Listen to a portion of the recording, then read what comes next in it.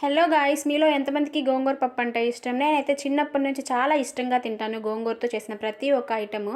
కానీ నేను లైఫ్‌లో ఒకసారైనా గోంగూర చికెన్ ట్రై చేయాలి అని చెప్పేసి చాలా సార్లు అనుకున్నాను. బట్ నేను ఎప్పుడూ ట్రై చేయలేదండి. కానీ అదంతా పక్కకు పెట్టేస్తే ఇప్పుడు మనం గోంగూర పప్పు చేయబోతున్నాము. మేమైతే మా ఇంట్లో మా నాన్న, మా అమ్మ, మా తమ్ముడు ఎవరు గోంగూర తినరు. నాకెందుకో తెలీదు మరి. వాళ్ళకి లేని అలవాటు నాకెట్లా వచ్చిందో ఏమో.